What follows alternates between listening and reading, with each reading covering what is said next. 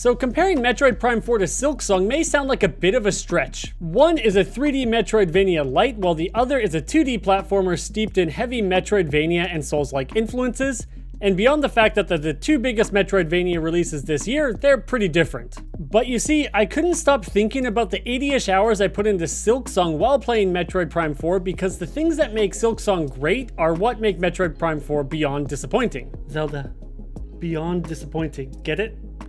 No? Okay. Anyway, I think what Silksong excels at and Metroid Prime 4 doesn't boils down to three staples of Metroidvania games: enemy variety, environmental storytelling, and freedom of exploration. I made a whole video about Silksong's great enemy variety, going as deep as the abyss into how Team Cherry managed to not only introduce new enemies on pretty much every screen, they also tied them explicitly into the environment that in turn elevated the whole atmosphere of Farloom. Take these kangaroo bros for example. You only really see the bone versions here in this one screen between the Deep Docks and Hunter's March, but later you can visit an optional area in the Memory of the Green Prince where you can see what they looked like before Farloom fell. This tells a subtle story of migration from a ruined environment and adaptation to a new one, and this isn't the only example of this. Every single area of Silksong has new foes that fit their environment perfectly.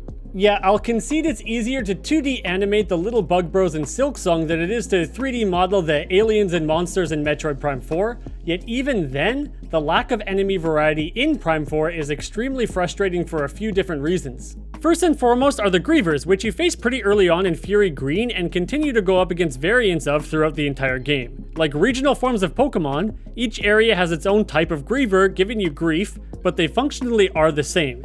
They swat away missiles and dash to the left and right while climbing up high on walls. This means that each time you run into them, you're effectively pew-pewing the same enemy over and over again. By the time I reached the Great Mines, where there's hordes upon hordes of the rock-type version, I was so absolutely sick of Grievers. I ended up turning down my volume and putting up a podcast on my second monitor to help me through this slog.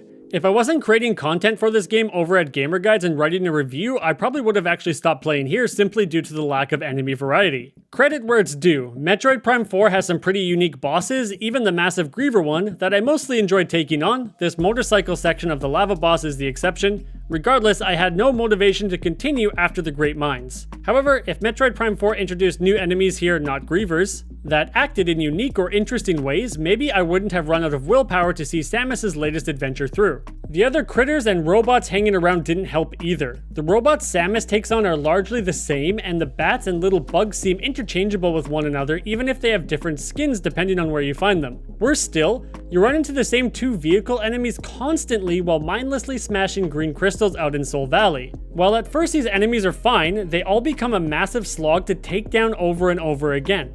All this wasn't a problem in Silksong despite it being 5 times the length. While many of the hostile bugs of Farloom weren't so different mechanically, I would have been far less motivated to get through Act 3 without the continual discovery of them. Which brings us to environmental storytelling.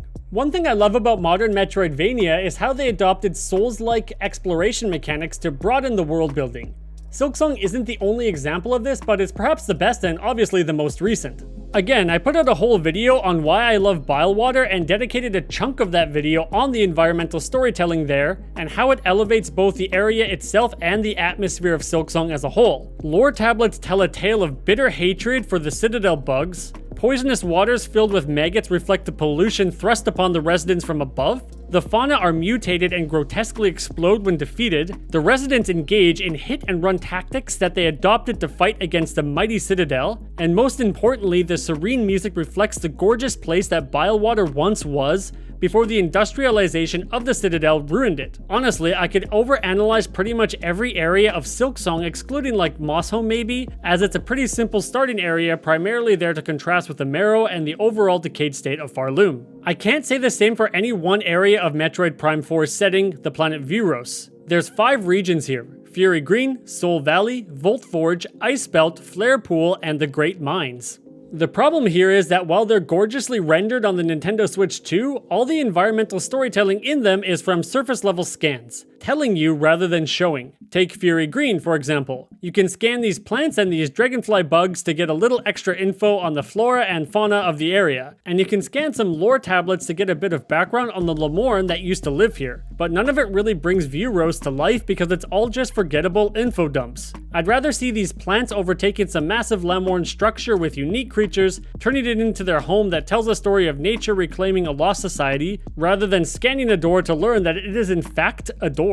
Like Farloom, Metroid Prime 4 takes place in a fallen, decayed culture. But outside of the barrenness of Soul Valley, you don't really see that reflected here. You do eventually learn that Lemorn fell because they tried to use green energy to fix their environment after they destroyed it during their machine era, but it instead turned them into grievers. But other than some ruins and broken down lab equipment showing some of their attempts to reverse this transformation, this really isn't reflected in the environment. I would have liked to see, I don't know, a room with a bunch of dead Lemorn scientists because the grievers they were experimenting on trapped them within the lab. Maybe out in Soul Valley you could discover parts of the barren desert returning to life. Patches like an oasis where the green energy process was working but there's like extra strong grievers there, thus emphasizing the Lemorn's downfall. You know, telling a story through the environment and gameplay rather than scanning a sci-fi truck to find out it's a truck. I think that's a really important part of modern Metroidvania that others, not just Silksong, has done well, like my personal favorite Nine Souls or going back farther to the Ori games. But these criticisms pale in comparison to how Metroid Prime 4 fails at one of the core mechanics of Metroidvania. It's just so damn linear, even when it comes to re-exploring old areas for upgrades. In Silksong, up until the second act, it is also fairly linear, but from there, you're free to head out into Bilewater or the White Ward or the Slab and Mount Fae beyond it,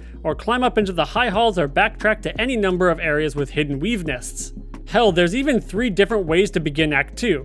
Head up through the Blasted Steps and defeat the last judge, take the secret route through Sinner's Road and the Mist, defeating the Phantom along the way, or get snatched by a Bug Snatcher enemy and wake up in the Slab, though I never did that myself so I don't have footage of it. The most popular video I made over at Gamer Guides goes over these deviating paths actually, and I think it did so well because none of it is explicitly stated, which in turn gave players true freedom of exploration. As a result, people wanted to find out what they might have missed because each method flows naturally into the second act. This obviously isn't the case with Metroid Prime 4, which artificially creates freedom of choice by allowing you to zoom around on the motorcycle to 4 of the 5 areas pretty early on. But not only can you not really do anything within each of them, you must tackle them in a certain order in order to progress the story, completely eliminating that freedom often seen in Metroidvania games. Worse, that Mackenzie engineer guy hops on the comms whether you like it or not to tell you what to do, bringing up a prompt to open your map that explicitly shows you where to go. It's almost insulting how little Metroid Prime 4 trusts the player to figure it out.